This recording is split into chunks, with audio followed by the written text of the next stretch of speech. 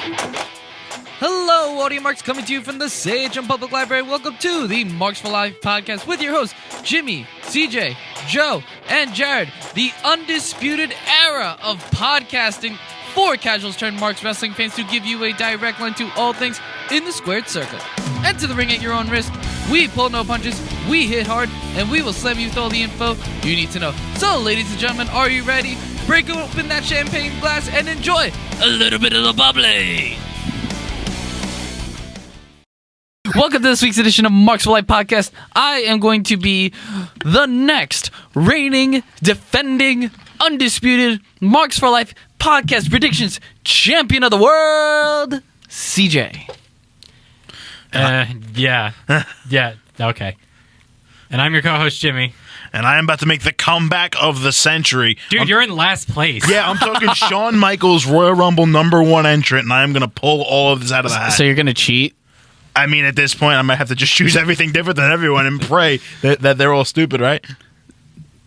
To be fair, it's WWE. That's what we're betting on. Elimination Chamber is this Sunday. We have 6 matches on the card. We're going to break that down for you as our main event of the podcast. But we're going to be going over 2 shows in the past 10 days. We got Super Showdown held in Saudi Arabia with WWE, which we will start off with Joe. And we have AEW Revolution, which we will start off with me. And then Jimmy can start with Elimination Chamber. Oh, my God. I'm actually looking forward to Revolution because at least this is the one AEW show that I actually watch beginning to end. It's actually participate in. All right. I'm actually pretty excited to go home and actually watch it tonight. I'm actually pretty excited. Oh, good. All right, Joe. Let's. Yeah, we're going to just rip this Band-Aid off now and all the hair that comes with it, huh? I'm going to start off at positive and say, A, Roman Reigns coming out on SmackDown and challenging Goldberg, I think was done perfectly fine. No, you missed one positive. The very first positive. They weren't stuck in Saudi Arabia like last time. I'm telling you, that could have been the only reason that Goldberg won.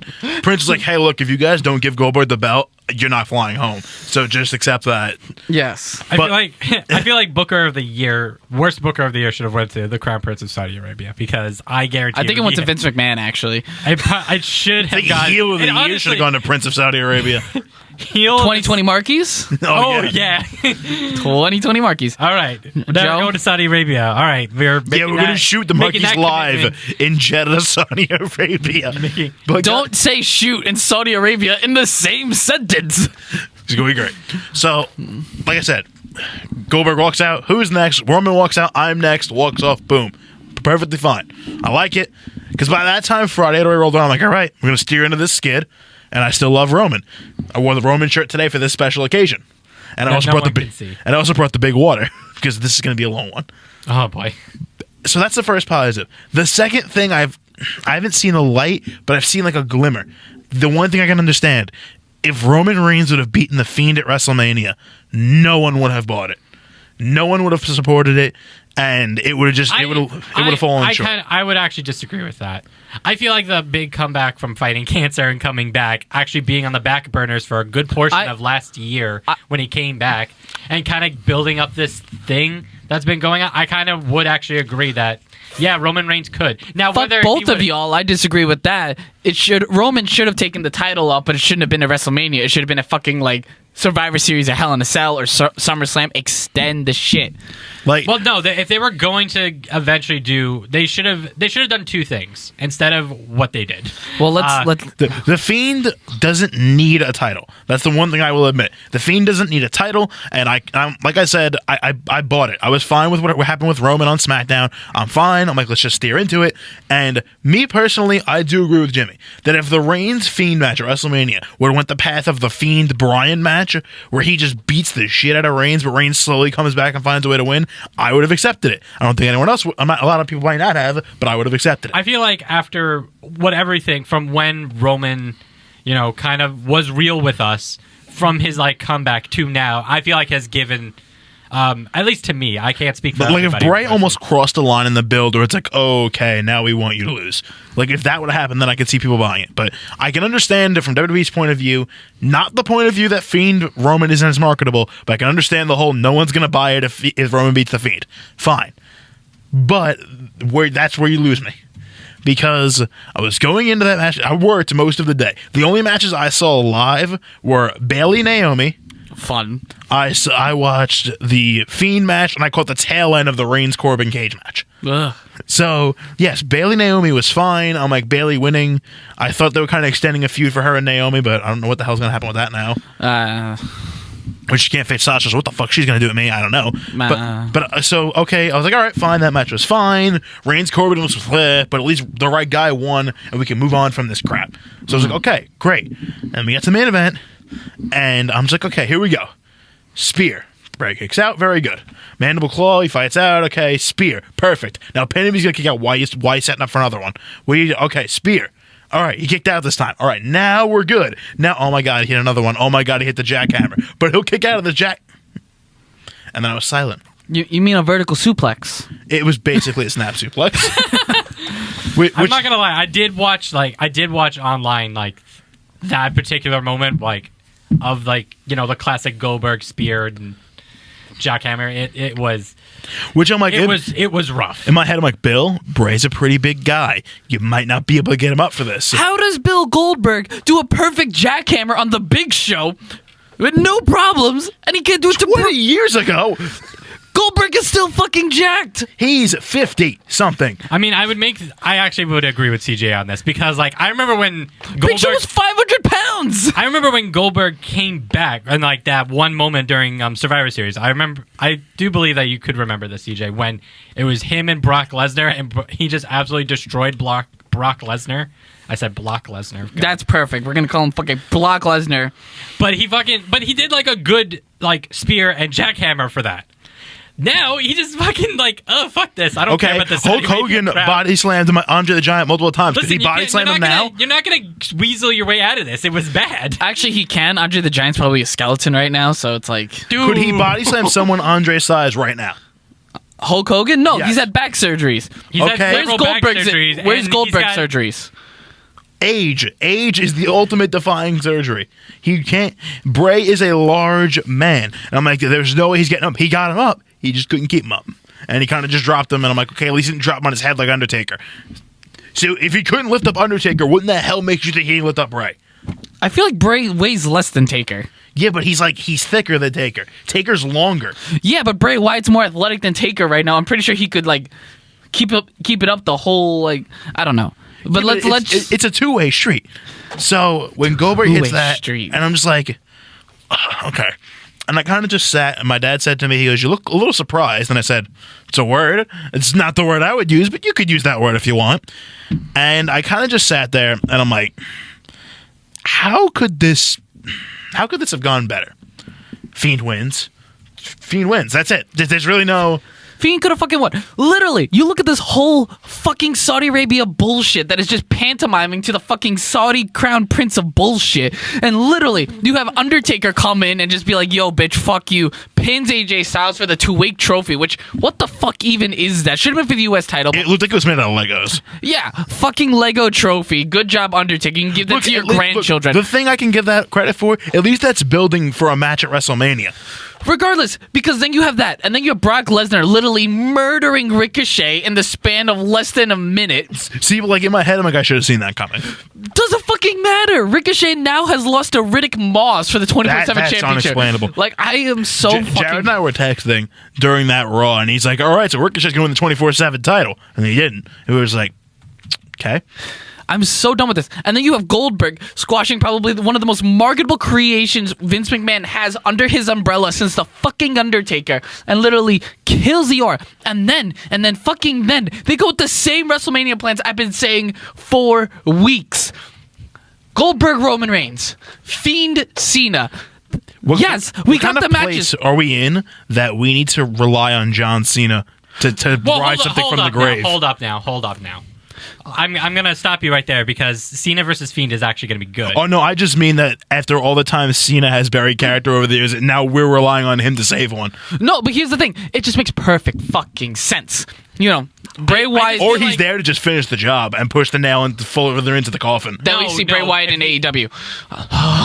No, if that happens, I would actually agree that WWE just completely failed on Bray Wyatt and Bray Wyatt Twice. Twice. Both No, involving like- John Cena. No, but super seriously failed Bray Wyatt, because this is in fact the most genius thing that Bray Wyatt has come up with. Who was the last person that John Cena put over? Was it AJ Styles?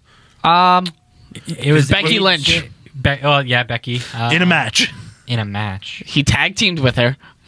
In a one-on-one match where he took the pin to someone and put them over. The Undertaker. That doesn't count. Yeah, that rising star that he put over at WrestleMania in a 4-minute match. That's literally and then Bray Wyatt and AJ Styles, I say, back in 2017. He put them both over. Was AJ Styles, which was after Kevin Owens, right? AJ Styles 2017 was Kevin Owens in the summer, but in the John Cena won 2016 Royal Rumble, won the title, and then Bray Wyatt. I mean when he put Styles over, was that before or after Cena feuded with Kevin Owens? That was after.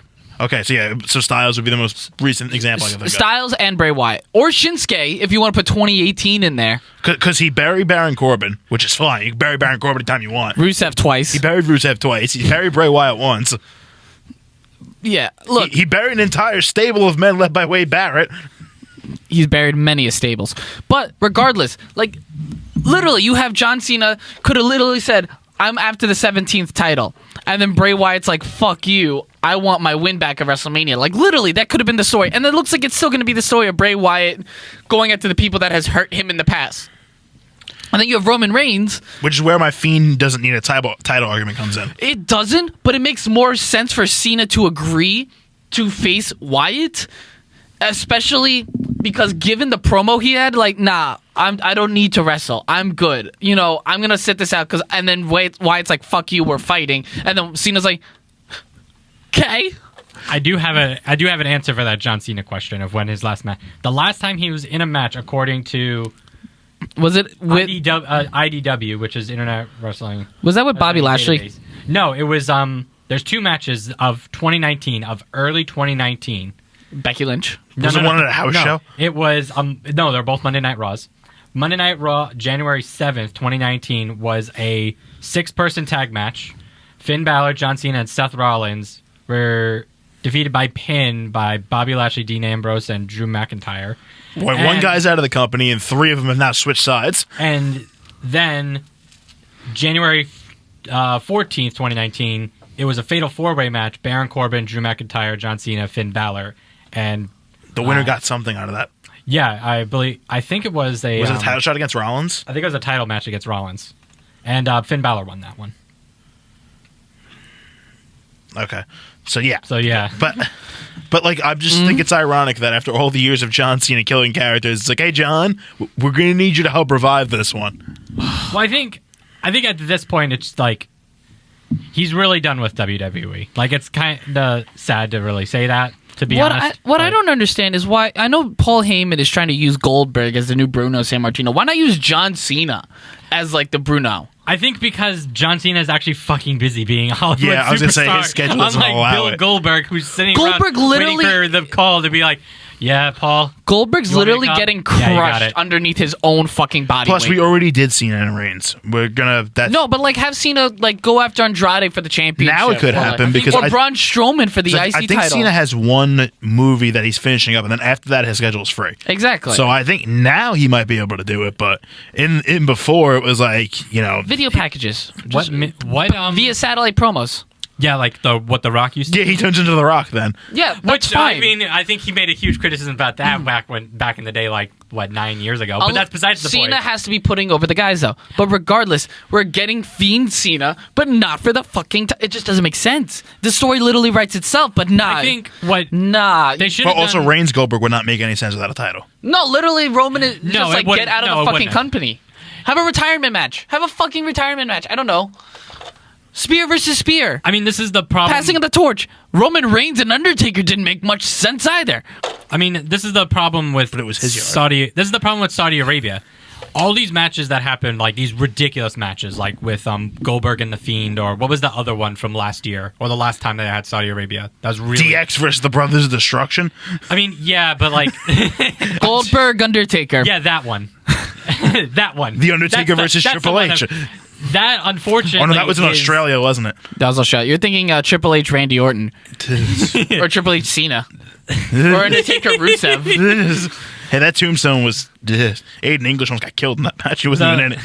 The problem that Saudi Arabia has on WWE right now is that it's canon. These matches unfortunately matter. Because if this was some rinky-dink house show, that doesn't really fucking matter. Which is what the first two Saudis pretty much were. Which, But then well, the- I mean, they kind of weren't though. Because How?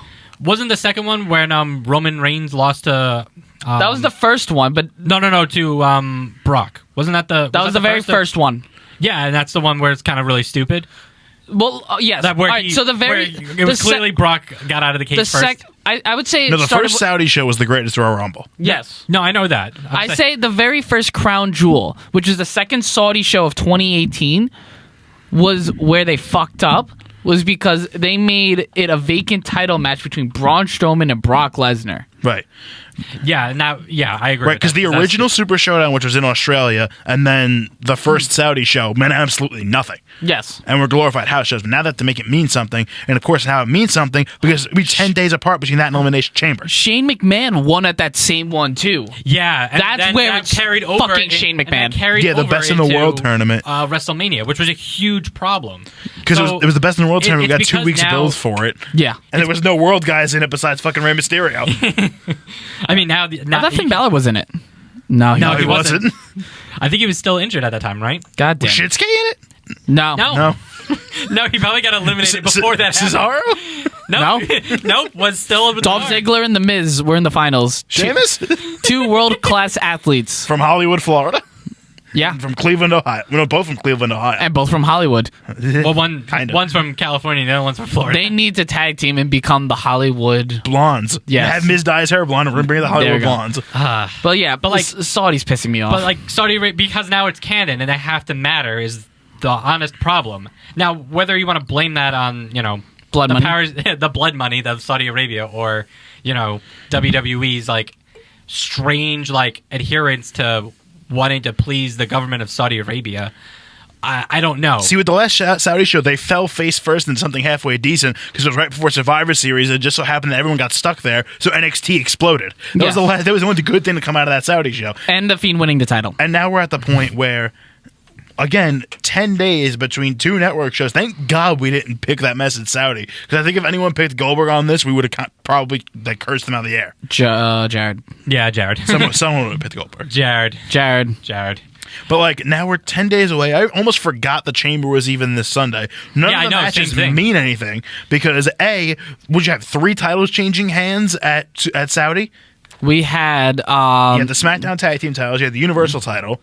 that was it. Right, yeah, because Brock Ricochet, there was no U.S. title match. Okay, yeah. So we still had 2 titles changing There was a U.S. hands. title match, but it didn't pan out. Same with the IC title. Raw tag team title was retained. But now, like, we actually... Now, because it fucks up the Saudi plans. Because instead of having Miz and Morrison win in the Chamber and actually have a good moment, we had it happen at Saudi. Besides, despite, instead of having Bray Wyatt drop the title at WrestleMania, we had him drop it in Saudi. Well, I don't know. I think, The Fiend should have dropped it at SummerSlam. yeah, I kind of Or- either SummerSlam or Survivor fuck, Series fuck, or fuck, leading fuck, up fuck, into fuck, the fuck, next fuck, fuck, fuck, fuck. WrestleMania. Oh my god, bad idea. Don't say it. Just No. Roman wins the title. No, but go on. Fiend takes the title off of Reigns. Okay. Fiend drops the title to John Cena. SummerSlam in Boston. no. No, I don't think that's gonna. Well, happen, that's a but short reign for a Roman then. Because we're gonna have him lose Or in 2 months, Or Roman Reigns versus John Cena, Boston SummerSlam. and Cena either beats Roman to get 17, or Roman retires Cena. It's the way it's going. Or we're gonna have Cena Orton for the 75 millionth time. No, We're not gonna talk about that. No, we're not talking about that ever, Joe. Ever. Randy Orton's the biggest bright spot of Raw right now, which is Right, but thing that's to with say. but that's with Edge, not. To be fair, he's having a lot of input in this story. Him, Edge, and Paul, and I fucking love the rated I think because, RKO. like, Because once implosion. Edge finally comes back, it's gonna be insane. Wait, what if we get Edge versus Roman Reigns for the Universal Championship. I want Spear versus Spear. I want a triple threat WrestleMania: Spear versus Spear versus Spear. Versus Spear. We throw Rhino in there. Yeah, sure. The hell's he even up to right now? The whole mayoral run didn't really pan out. He's in TNA, right? Still? Yep, he's in Impact right now. Yeah, he's in. Feuding with RVD last time I checked, but I haven't watched anything from Impact still since been banned on Twitch, but since RVT, did that thing. Oh my god! All right, we gotta. Anybody know what fucking channel Impact's even on anymore? It's not Pop. Which one? Impact. Oh, dead. Let's go into I don't know. All Elite Wrestling Revolution. What a great pay-per-view. Oh my god. I love the transition. It was so because we're not going to fucking talk about this anymore. We have a 20-minute rant. I feel like I need a shower after that. Yeah, pretty much. So AEW Revolution was this past Saturday, and what a show we had. It was a great show. We had the following. I think it was Britt Baker. Who's Britt Baker teaming up with? Leva Bates. It was a kickoff show. It was a buy-in. Doesn't matter. The only buy-in match I remember was the fucking SCU. Dark Order beat SCU. We had Jake Hager defeating Dustin Rhodes. Darby Allin defeating Sammy Guevara. We had the AEW Tag Team Title match. 6 stars rated by Dave Meltzer. Kenny Omega and Hangman Page defeating the Young Bucks. I'm going to agree with him on this one. We had the AEW Women's Championship match, Nyla Rose retaining against Chris Statlander. We had Cody Rhodes losing to MJF. And we had Jon Moxley defeating Chris Jericho to become the new AEW World Champion. Great pay-per-view. I think their pay-per-views have all been great so far, except maybe Fyter Fest. But Fyter Fest was just Fyter Fest was a free one just to get everyone. So was Fight for the Fallen. Well, yeah, but I mean, for the first one, that wasn't necessarily a pay-per-view. I mean, it was kind of. It wasn't bad. It just wasn't memorable. It was exactly what it needed to be. Also, it was Penelope Ford, not Leva Bates. Whatever. But their big fours have all been major successes. I'm talking about Double or Nothing, All Out, Full Gear, and now Revolution. Would you make this their big four? I would say this would be their big four. They didn't necessarily label it as the big four, but it's essentially the big four because if you look at it, these are the ones we're paying for. Yeah, this might follow like a WWF 1980s model. Yeah. When's their next Double or Nothing is their next pay-per-view. The next one? Okay. And that's in May. All Out is in like August.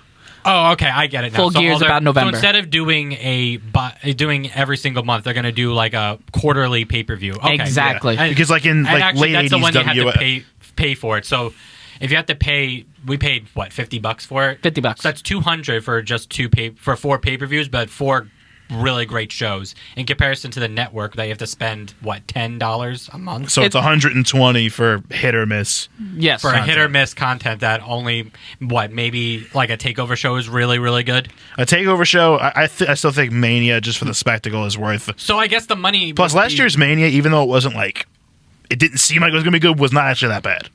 No, it wasn't bad, but like when it comes to like Mania, it has to be good.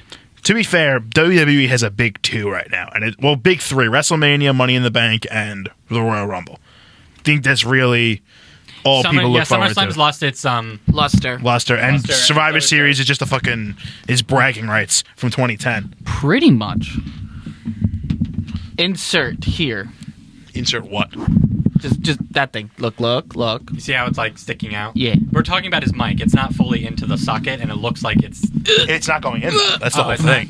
Is it's it not too even big? going in. Okay, so then try not to touch it. Not the first time I've had that problem. All right. Great. But yeah, Anywho. I mean, I agree with that model that, Thank you. don't make them pay for everything and just give them. And also, if you look at it, they do a lot of cool stuff like Leading up to it. Yeah, specialties. Like they had Bash at the Beach, which was in Jacksonville and stuff. It was like their homecoming and everything like that. They had They had Fyter Fest and Fight for the Fallen, which actually Bash at the Beach was different. That was different. They had homecoming. They had Bash at the Beach. They had the fucking cruise, which was great. Yeah. They had they had Blood and Guts coming up in a couple of weeks, Which is fucking War Games. which is fucking great. It's fucking War Games. Let's not kid ourselves on this. Well, you can't hate on that. It's going to be great. Oh, 'Cause War Games is holy always crap. fun. We forgot the greatest match on the card. Pac defeats Orange Cassidy. Oh my god. Okay, so I actually watched the highlights of this. You gotta watch the full match. It looked incredible. It looked absolutely. I love the fact that Orange Cassidy went 10% and almost totally beat Pac. Ultra Instinct Orange Cassidy. Yes, we get these memes now. It's going to be great. I love this. I love it so much. This is why Orange Cassidy is the greatest AEW wrestler of all time. That's He's one going way to you be want great. to put it. Watch him be 100%. He's going to be the most undisputed champion of all time. Watch it. He is definitely, he's better used not wrestling every week. He's better used put into these spots where he can just show out, and then you're just waiting for the next time he's not going to actually get in the ring with someone. It's an attraction. Yeah. You know, and the thing is, that's what I love about AEW is that they're focusing a lot on the younger stars. And I'm adding you, WWE. Just look at it. Just look at who's being featured prominently. Sammy Guevara is consistently in the main event slot every single week. You have Darby Allin, who's probably one of the most over characters on AEW. You have MJF, the most despicable mainstream heel in all of wrestling currently because he flips off fucking children at this point. That was fun. Fucking flips off children and then we'll flip them off again. He wears t-shirts trolling Cody during his promos. He wears t-shirts where he's saying he's banging Diamond Dallas Page's daughter.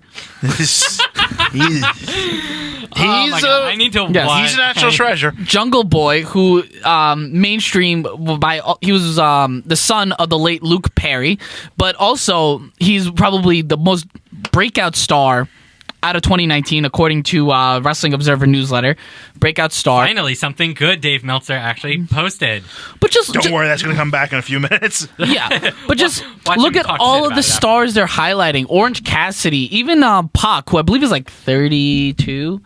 A lot of their stars they're focusing on are very young. Hangman Adam Page is only 26 or 28. I mean, he was close to being the first AEW champion, Yeah. so like, Yeah. they're putting a lot of emphasis on him. To be completely fair, They're building. WWE has fucked up their two main titles, and that's getting all the attention, but the rest of the belts are actually in worthy hands. The I Street agree. Profits finally won the Raw Tag Team titles, which was a fantastic moment. They're over as shit. Sorry, Viking Raiders. I really wish it could have gotten better. If you only stayed War Raiders, that's Yeah. really it. If they War stayed, Machine. they were never gonna get. You got your They were run like the never gonna Bludgeon get War Brothers. Machine back. Now we're just going to nudge you to the side. Now if they leave and happen to go to AEW, they could definitely be War Machine again. So Well, I'm just saying. let's talk about Just like the saying. fallout like- from Revolution. Miz and Morrison is fine. Like so that, but it's just they've botched the two main titles so badly that that's all we can talk about. Yes. All right, so back to Revolution. But like, let's botching the titles. Let's look at the titles currently right now. You have Nyla Rose, who's probably the most developed women in that division currently. But she still scares me when she's in the ring. But that's a good thing though. Like No. that's a I don't know. There We were a meant couple in spots ring that work. Oh, in ring Statlander match that I was like, "Eek." I think I cringed. the thing is, so they have Awesome Kong coming up as a producer now for the women's matches, which I think is going to be excellent. That's moving forward. That's a smart move because yeah. AEW has been failing their women, and I'm not gonna like sugarcoat it anyway. They have been failing. They've been I think failing. so as well. They failed with not signing Mercedes. They failed with not getting First off, Neil Dashwood, which is Emma. look, I don't think it's the fact of who they didn't sign. It's a matter. Those are It's women how they who treat who cleared. they have now. That's the thing. You got to focus on who they currently have. You know, And Nyla Rose it's a game of reminds give and me take. a lot of Nia Nia Jax. Jax. Just because of the size and the offense style, and you got But to that's really not but that's not a bad thing though, because you can make this same contrast with Awesome Kong, but Awesome Kong never did any of But it. she makes a lot of similar mistakes that Nia did. That's the problem. And you need to. The problem with Nia is that she's been out for so long now that you need to restore some of her luster and show people she's not dangerous in the ring. That's the whole thing. Nyla Rose is in this prominent spot now, and when you have someone like Riho who's small enough to where she can kind of make things not look as bad as they actually are, but when you start facing these, Chris normal Statlander. sized women like Chris Statlander, even it gets a little scary. Now here's the thing that I'm gonna throw out as a curveball. A lot, as I mentioned, a lot of them are young, but a lot of them are still gaining experience. A lot of these younger talents have only been wrestling for like 3 to 5 years. Britt Baker, Nyla. Well, Nyla Rose is actually older. She's like 37. Right. But like a lot of them are younger. Chris Statlander is only 23. MJF is 23. Jungle Boy is 22. Riho looks like she's about 12. Riho is actually Riho was 22, 21. Wasn't she the 9-year-old girl that Kenny Omega first beat up in Yeah, pretty much. DDT or something like that? Something like that. Gate? But yeah, but she has a lot of experience. Like and Well, that's yeah, 9-year-old got freaking pile drive by. Hey, Paige wrestled a match while she was in her mother's stomach. that too. That too. But like regardless, the reason why I'm mentioning this is that they're learning to be on television and learning these things. Now it's a matter of I think the wrestling's okay. The wrestling is fine for the women's wrestler, but they have to develop the characters. Why should I care about Big Swole? Why should I care don't. about Chris Statlander? Like fucking give Chris Statlander her own fucking like alien language and just have like translation on the bottom. Like that'd be fucking And hilarious. don't let her get dropped on her head in her next match. Don't let her get dropped on her head. Have sit-down interviews with Nyla Rose. Like Jim Ross did an excellent interview between Kenny Omega, Hangman Page, and the Young Bucks. Why can't he do that with like Nyla Rose or Riho? You know what I mean? Like you gotta have these sit-down interviews. Johnny Gargano had an excellent sit-down so interview. good. Excellent sit-down interview with Mauro Ranallo and stuff. They need more of these. I think they should focus these on the women because the only person that's over right now in the women's division with any sort of character development is Britt Baker. And Lord knows when she's ever going to get close to the title. She's got to knock a couple more teeth. Yeah, I know. I was about to say, which is great. I can't believe they didn't figure out that gimmick coming out for Britt Baker. Yeah. But I do have a couple of questions because I Sure. Shoot. So I want to get to a couple of the other matches that we didn't really talk about, which is the Jake Hager Dustin Rhodes one. It was fine. I heard it was didn't fine. like it. What was it a bad finish? Because that's what I've been hearing. Bad finish because Well, first off, Jake Hager's finishing move is terrible. yeah. What is He his needs a new. finishing? What's his It's finishing? basically remember the choke that Braun Strowman used to do when we used to shake people. Oh, really? It's a weaker version of that. He doesn't even shake you. no, he he just should- holds you there. No, he should be doing like a power bomb or his gut wrench. That's He what did that should- against Dustin too, but it wasn't the finish. He did that. He did the Vader bomb. He did the ankle lock. Those are all signatures. Second, I didn't like how Dustin Rhodes made out with Jake Hager's wife. That was something. I feel like they tried to do too much of a callback to his Gold Dust character with that. Yeah. And The reason why I was fine with it from a storyline perspective, it was like Dustin was trying to pull out so much against the youngster, basically, that he lost his focus, and Hager was able to take advantage. But A, the finishing move's terrible, and B, I really don't. First off, Hager like basically face fucking his wife before the match even started. That was something I didn't need to say. Like you have him like I think it was unnecessary. It was like a. all of it was unnecessary. I feel like they involving the only wife. had him basically making out with her at ringside to set up that spot. Yeah. And did you really need that spot to advance the match? No, that adds nothing to his character. Nothing. It makes Justin Rhodes look like a creepy old man. Yes. And meanwhile, Dustin Rhodes has a wife. Right. So what was the whole point of that? No That's point. No point. Ah, God. And that's right- something a babyface does. I feel like The I'm only- gonna be dreading this match because like I really did want Jake Hager to win. It's because okay. It's The okay. in-ring action itself is fine. I just hated the finish. I liked the setup of the finish and the storyline implications of it. I just didn't like how it was actually executed. And then, obviously, the whole wife thing. You're even going to watch it and just be like, did that even have a point? Especially because if Dustin did that in one, they're like, okay, that had a point and not Hager off his game. But it didn't have a point. I think it was. Some of the things in the match were very questionable. Let's just put it like that. All right. And the last thing I wanted to talk about was there was something I wanted to talk about. Man, it's Sammy Guevara? Yeah, probably Sammy Guevara. And Or is it the Young Bucks match? With the Hangman, Adam Page, and Kenny Omega. Oh my God! No, let's definitely talk about it. Let's definitely talk about that one because that one is probably more relevant. The Omega Bucks match.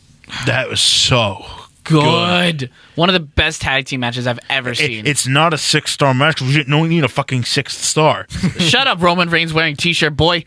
Tyler Bate versus Walter is a 5-star match. The Young Bucks versus Omega and Page is a 5-star match. We don't need was it another better star. Was it better than Walter and Tyler Bates? Yes. Yeah, it was. Thank Then what's you. the point? All right. What's your criticism? Regardless. All right. No, his criticism with the star rating. I mean, if you're the gonna criticism isn't with the match because the match, and I was telling Jimmy this before. I loved the psychology executed by all 4 members. Like the interactions. I'm not sure if you noticed this. The Young Bucks their psychology was fucking amazing. Like, they were constantly targeting Hangman Adam Page and avoiding Kenny Omega. They didn't want to hurt him. And then the desperation by Matt. And the aggressiveness and the desperation by Matt was one of my favorite parts of the match. Just how he was like, it just slowly like turned Nick into had the to match. hold him back. Nick was like, "Are we really doing this?" These are friends like tag titles, tag titles, tag titles. You know, like even oh my god, just like the remorse Nick had against doing this to Kenny, like all of those moves and Hangman even, like to a certain degree, they're like, are we crossing the line? And Matt's like, we need these titles. The fucking Meltzer driver on them stage. It wasn't the Meltzer driver. It was, but oh my god, we won't tell you when it happened. But look, the match was so good, but like that's the whole thing. It's not much of a spoiler. I mean, like I just think Meltzer's star rating is shit. I think it is shit, but I do agree that it is worthy of a 5-star rating. It's worthy of a high accreditation of being. I don't really, think really you need good. to award more than 5 stars. Like that's the whole thing. I just don't see the point of going overboard. You hate the fact that he's limited to 5 stars, and then once he breaks his own rule, then it's fucking stupid. Right. We've had this conversation before. It's just what it is. I think the 3 of us literally had this conversation. If he started off on a higher star scale, with the whole thing started with star ratings to be like movie ratings. So if you want to go to a 5th star, because you say 5-star restaurant, that's fine with me. But it's a 6-star restaurant. Well, I'm still it was gonna so have good. You needed to put an extra star in there. But like it's pointless. But the thing is, did it warrant the praise Dave Meltzer's getting? Not the 6 stars, but the praise. The praise, yes. Okay. But I think you can still. You could get away with the 5, but the praise alone, like I think you could still heap the same amount of praise on it and not break your own fucking scale. I think when he did that with the Omega matches, I think that's where he went wrong. Right, because it's like all of them he gave 5.5 and up. Yes. He gave that to Gargano as well at one point. But it feels watered down at this point. Yes. Like it makes the 5-star matches feel less important because you're not looking for a 5-star match anymore. But again, we've had this conversation before. We've definitely had this conversation before because we literally went through all the matches WWE had that should have been 5 stars and weren't given 5 stars. Right. So if you're holding them to such a stringent I think it's problem. I think it's just because Meltzer and Vince fucking hate each other. Like it's gotta be the whole thing is if you're Meltzer, you gotta give as much as you take. So like if you're holding matches to such a hard limit to get to 5 stars, then why are you so willing to go over that? Let's get off this topic because you're gonna go on a rant again. Yeah, and we don't have that much. Yeah, but like I would like to talk about 2 other matches on the card. Cody MJF. I thought it was. I think the match didn't warrant the build-up. Like, it wasn't aggressive. Like, I didn't feel like they hated each other. They had a standard wrestling match. Yeah, I don't really feel like... I feel like you could have really used, like, a stipulation and a deep personal stipulation. I think they should have just... Why did Cody Rhodes try to wrestle him? Why didn't he just straight, like, punch the fucking face? Like, I had the same problem with Roderick Strong and Velveteen Dream in their first encounters in Velveteen. They didn't seem like they hated each other. Not in the cage on Wednesday night. That was a fantastic match. That was fine. But, like, my point is that why are they wrestling? The thing is the match has to... Like, the story changes the match. You're not going to try and pin him. Why are you trying to pin him? Look at Tegan Knox and Dakota Kai. They want to kill each other. Exactly. Kill each other. Holy crap. Like, I mean, Cody, I think they might be continuing this more later. They're not, though. No. Dynamite, really? actually, so MJF's like, I'm going after the title. And Cody but like he has his own thing coming up. Yes, he is. And we're going to talk about that in just a hot second. But like... MJF obviously deserved to win. Right. MJF, I don't know if him going... I'll give my thoughts about that when talking about Jon Moxley and Chris Jericho. But let me just get into Cody Rhodes really quick. Cody Rhodes challenged by Jake the Snake Roberts. That was probably one of the best promos I've seen. When you guys mentioned that in the group chat, I thought you guys were actually pulling like my leg on this one. I'm like Jimmy finally gets what he wanted. He finally gets Jake Roberts. I should have known that AEW. Now I'm like sold even more now. And you know what was awesome? Because I saw the fucking highlights and they did a DDT and it fucking was a great finish. DDT? Yeah, he hit a DDT. No, he didn't. No, he didn't have to. No, I know. No. He cut a promo on Cody and then left. No, pretty much. Who did I watch? And he said that he's bringing someone to AEW. Yeah. So there's would that be Cage? That'd be my guess. Cage, Brian Cage. Yeah, he was never confirmed. He's never confirmed. My guess is it's going to be Luke Harper or Lance Archer. Yeah, who was supposed to probably too. debut this past week, but apparently reports are saying like they didn't want to overshadow Lance Archer's debut with Jake the Snake Roberts. Right. So it's either going to be But- Archer or Harper, for lack of a better Something I name. wanted to mention was Jake the Snake Roberts promo. He kept calling Cody Rhodes Caesar. Like, he's going to get betrayed by the Ides of March.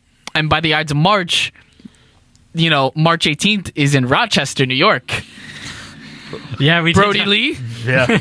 But, like, there's so much with that. And it's very exciting to see where Jake the Snake... His best line of that promo was just like, a wise man once told me, to never turn your back on a man you respect. Or that you're afraid of. Or that you're afraid of, and literally turns his back on Cody Rhodes, chucked the mic, and just kept his back towards him and walked out. And I'm just like, yo, Cody Rhodes just got schooled. Like, oh. And Cody's like already emotional at the whole MJF thing. He's like, he doesn't need this right now. Yeah, and Jake's like, why you keep bitching? He made you his bit, like he whooped you like a dog, and you're just bitching and crying. I never bitched and cried. It was so good. So I think it's Luke Harper, Brody Lee, or it's gonna be Lance Archer, and either one of those two I feel like would be fucking great. Chris Jericho, John Moxley looks like it's gonna continue. I think it's gonna end at Blood and Guts. I think that's what it's gonna possible. really. Well, considering what they just did on Dynamite this week, where the entire inner circle just Powerbombed him through the table. they Off the murdered stage. John Moxley. okay. They just all just destroyed him. Yes, but John Moxley is literally AEW Stone Cold. It's the way it's heading. It is. Speaking of Stone Cold, he'll be on Raw in a couple weeks. Yeah. Well, this week for 316, yeah. 316, yeah. But what do you think of John Moxley having a short title reign, losing it to MJF at Double or Nothing, or who should his first challenger be after Jericho? Should it be MJF at Double or Nothing, or should it be Pac and the new Death Triangle stable? Oh yeah, by the way, Pac is now teaming with the Lucha Brothers to form Death Triangle. Nice. Yeah. I think Pac would be a logical next step. Well, they still never had their blow off. They had a Right, time limit. I think MJF should be saved a little bit. All out. Yeah, I think that's a better spot for him. Because I think you need to have Moxley at least beat Jericho and then someone else. Yes. Like, you can't have him lose it right Am after I he's the done with only Jericho. one that feels that Kenny Omega should be the... Not that I don't like John Moxley holding the belt or anything like that, but does anyone else feel the same way that I do, that Kenny Omega should be the AEW champion? No. I He's don't the think greatest so. professional wrestler in the world I think that currently now. part's even debatable. How is that even debate? Hold on, because now you're insulting me right now. How is that debatable? I just think it's. I think How do he's you classically define what is the greatest wrestler in the world? How do you? How do I? Great performer, great mic work at least. His mic Excellent- work's okay. His. I mean, who are we comparing his mic work to in this case? Okay. MJF. MJF, Okay. Cody, Chris, John. I don't know. To me, because Ciampa? Becky, Johnny, Okay, let's not throw Becky. Hold on. Johnny. See, like, that's the whole thing. I just. I think I don't know. I feel like it should be Kenny Omega. That's just me, because he is by at least by the standards of how you feel about the IWC and how they feel about who should be the top person, and that people have made that comment that Kenny Omega should be holding the belt at this point. That's just me. I feel that Kenny Omega Jericho made sense as a first champion because he was a mainstream star. for getting in people to watch AEW. And Moxley is But- now the hottest act you have going in AEW, so you needed to capitalize on that. I think the whole thing is Kenny Omega doesn't need the title right now. Kenny Omega's gonna be around for a while. I would agree. I agree with that when it was the first time around, but it's now we're getting into now we're getting the full swing, and Let's be real here though. With Kenny Omega, he's not familiar to casual audiences as the hardcore fan base. They don't see Kenny Omega like we do.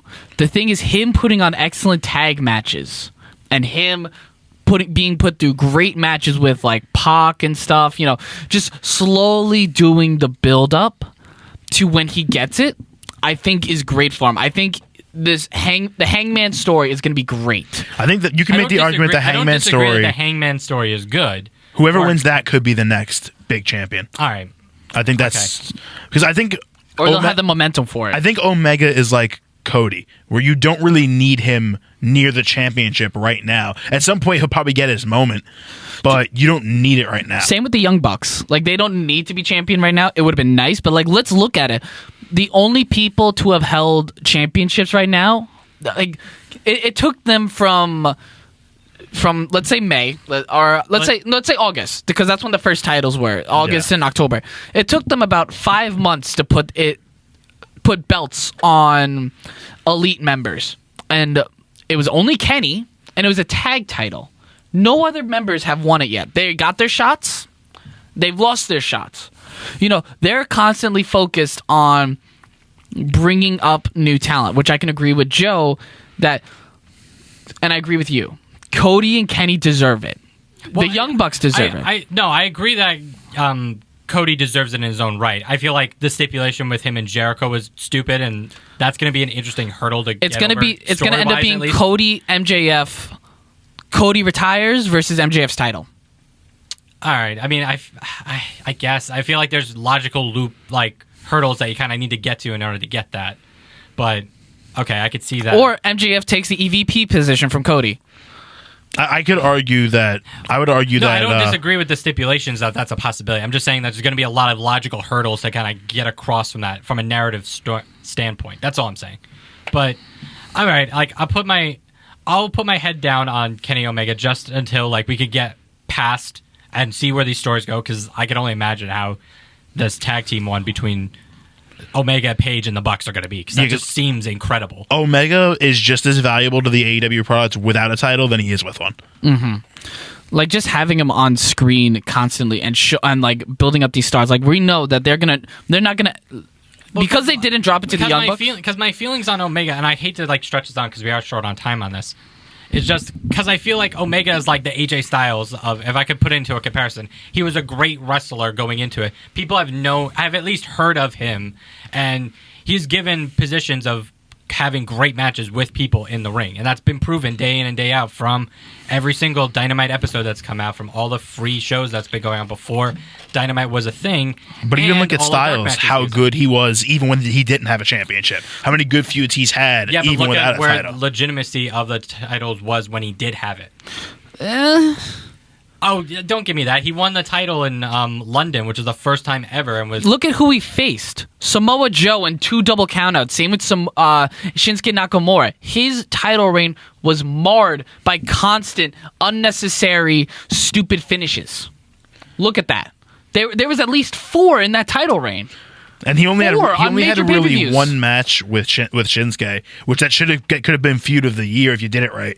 And there's really only one match from that feud that you go back and enjoy. It was the last one, the last man standing match. Yes, and then even if you look at the Samoa Joe one, I can't think of a single match that I enjoyed with the AJ Styles or that made me want to watch it. The only match I could think of that was excellent in that AJ Styles title run was the Daniel Bryan stuff, and even that was marred by a controversial finish.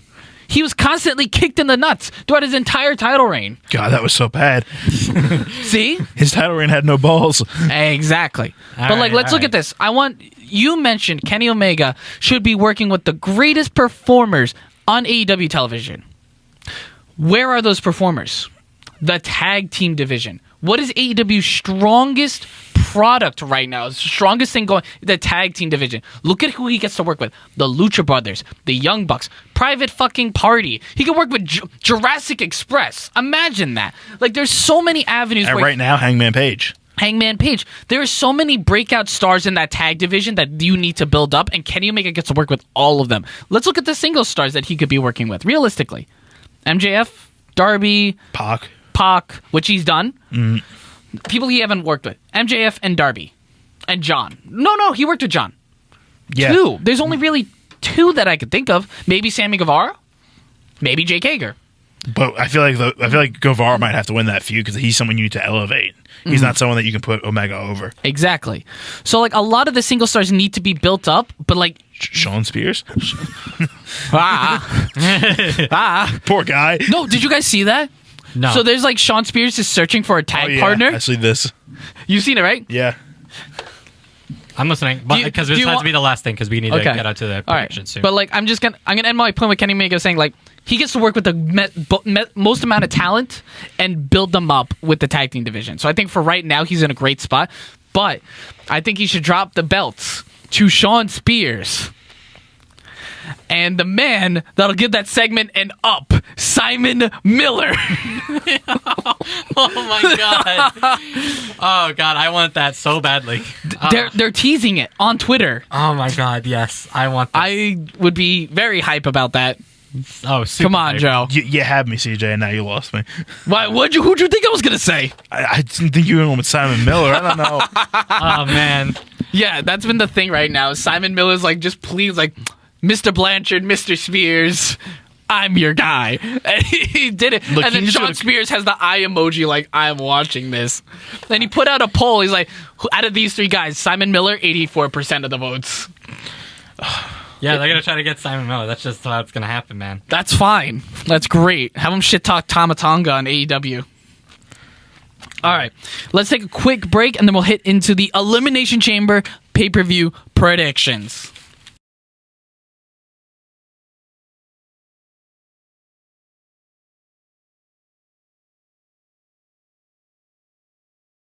There is one thing that I wanted to mention before the chamber picks.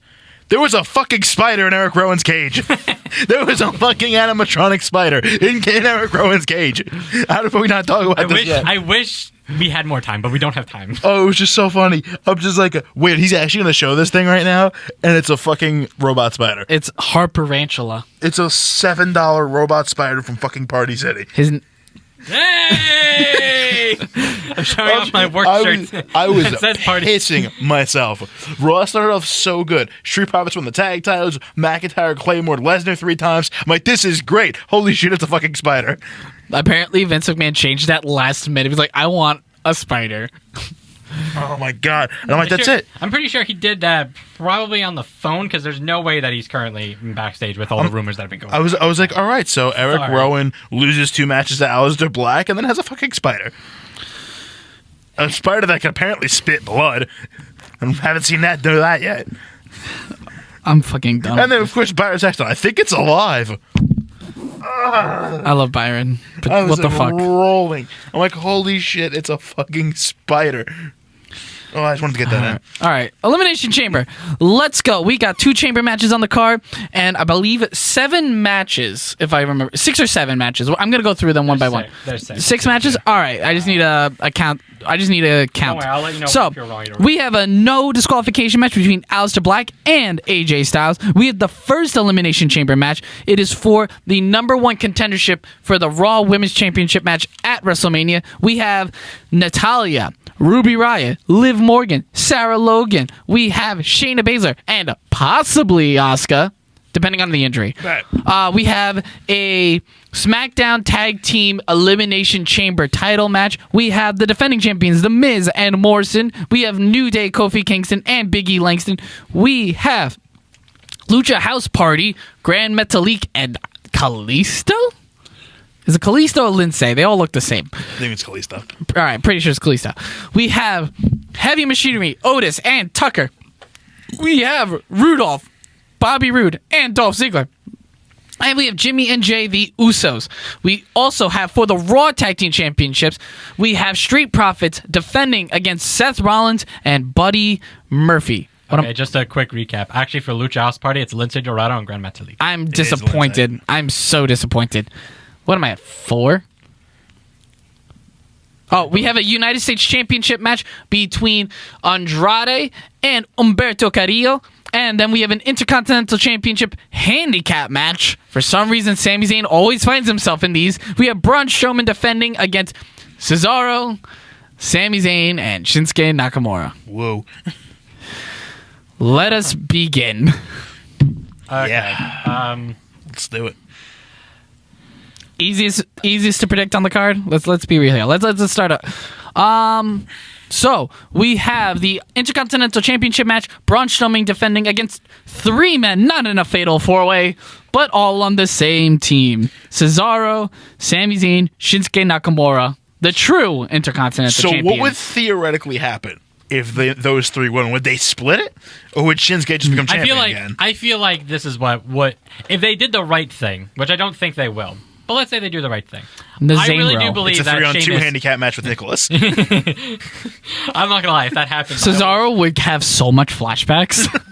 and so would Sheamus. Curl up in a ball. Just But cry. honestly, I think what should happen is that Sheamus just bro kicks the crap out of Cesaro and Nakamura and takes out Strowman to become the IC champion. Sheamus isn't in the match. Yeah, he is. No, it's Sami Zayn. Oh, Sami's saying, my bad. He should So still he's gonna come back. He should still haluva come kick back. them? Yeah, it should be Sheamus. I just put Sheamus down because I thought Sheamus was there. My bad. Oh, it's like, wow, Forget about Jimmy's really reaching into his bag of tricks here.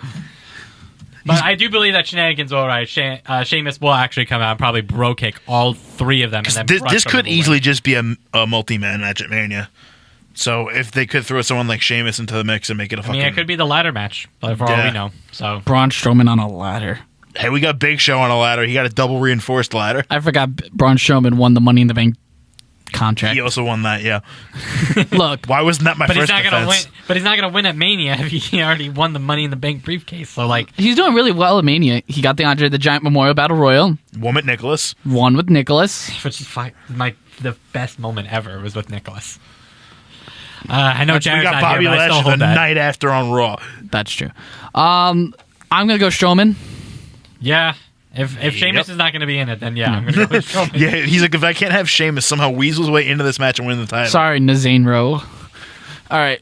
Next up on the card, we got Humberto Carrillo taking on Andrade for the United States Championship match. I'm gonna give it to Andrade. Yeah. Yeah. Because if they weren't going to take it off him when he got fucking busted with drugs, I guess there's really no time to take it off They're gonna save it for a fatal four-way between him, Ray. Carrillo and Carrillo. Garza. Yeah. Go figure. Yeah.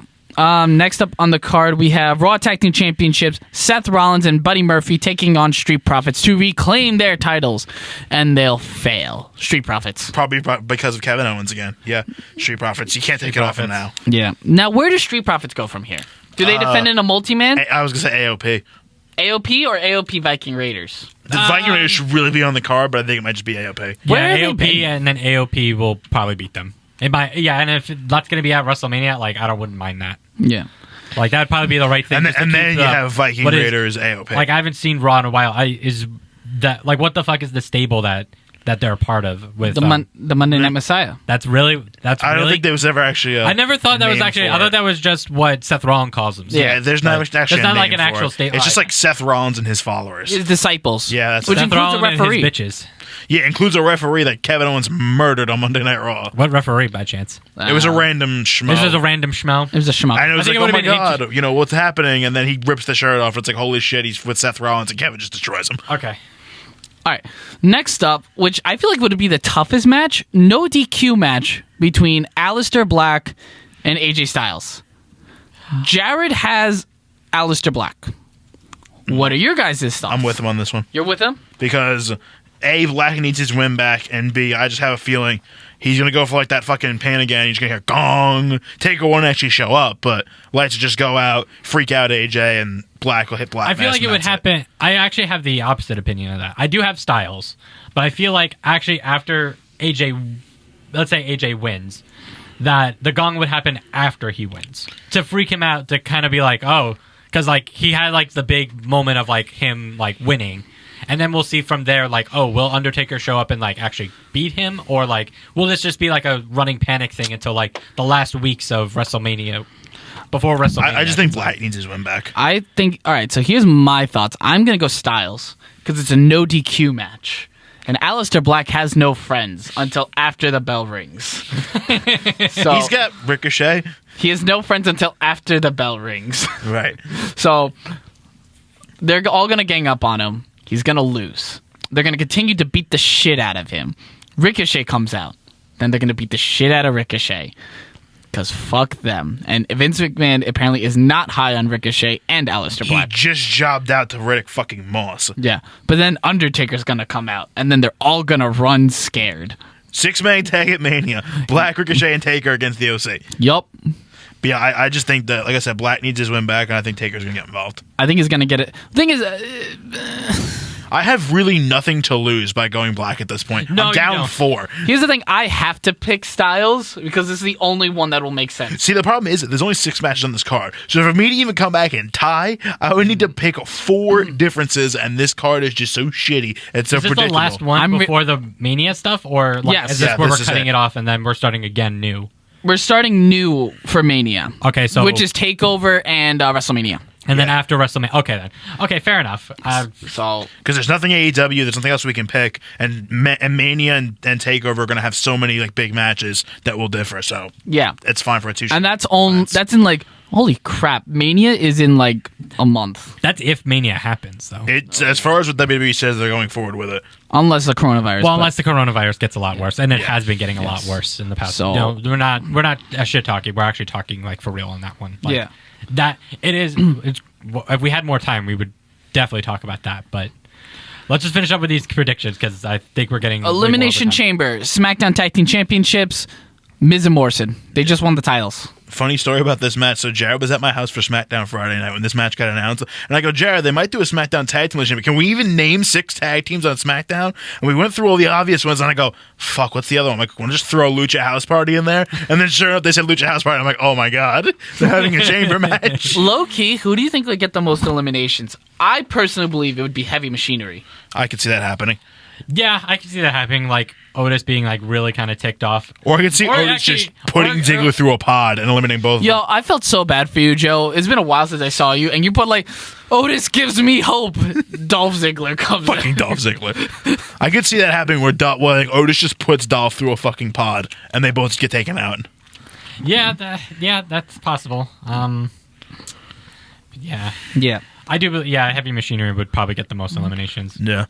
But yeah, I'm taking Miz and Morrison. I would have taken them even if they didn't win the belt to Saudi, but now that they won the belt to Saudi, I'm definitely taking them. Do you think they rushed the title win? Yes, Oh, 100%.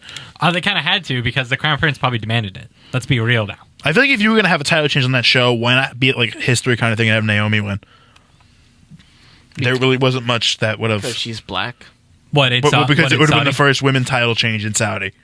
Well, yeah, that would have been but it also would have been the first woman who would have competed in Saudi Arabia as well. That's not What like do you mean? Well, no, it wasn't. Last well, year, name the last woman. Lacey Name, Al- yeah, and the first woman was. Oh, Yo, that would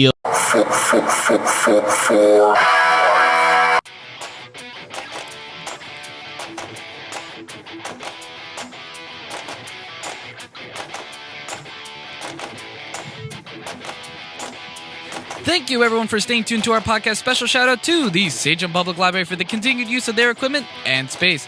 Hosted by CJ, Jimmy, Joe, and Jared. Produced and edited by Jimmy. Continue supporting us by rating and subscribing through Patreon, Audioboom, Stitcher, TuneIn, CastBox, Deezer, Radio Public, Radio.com, iHeartRadio, Spotify, Google Podcasts, and Apple Podcasts at Marks for Life Podcast. And now, check out our YouTube channel, Marks for Life Podcast, for our podcast playlist and other content. Please follow us on our social media on Twitter at Marks for Life Pod, Instagram, Tumblr, Reddit, and Facebook at Marks for Life Podcast. Email us at marksforlifepodcast@gmail.com for any questions, comments, or feedback. Until next time, Audio Marks.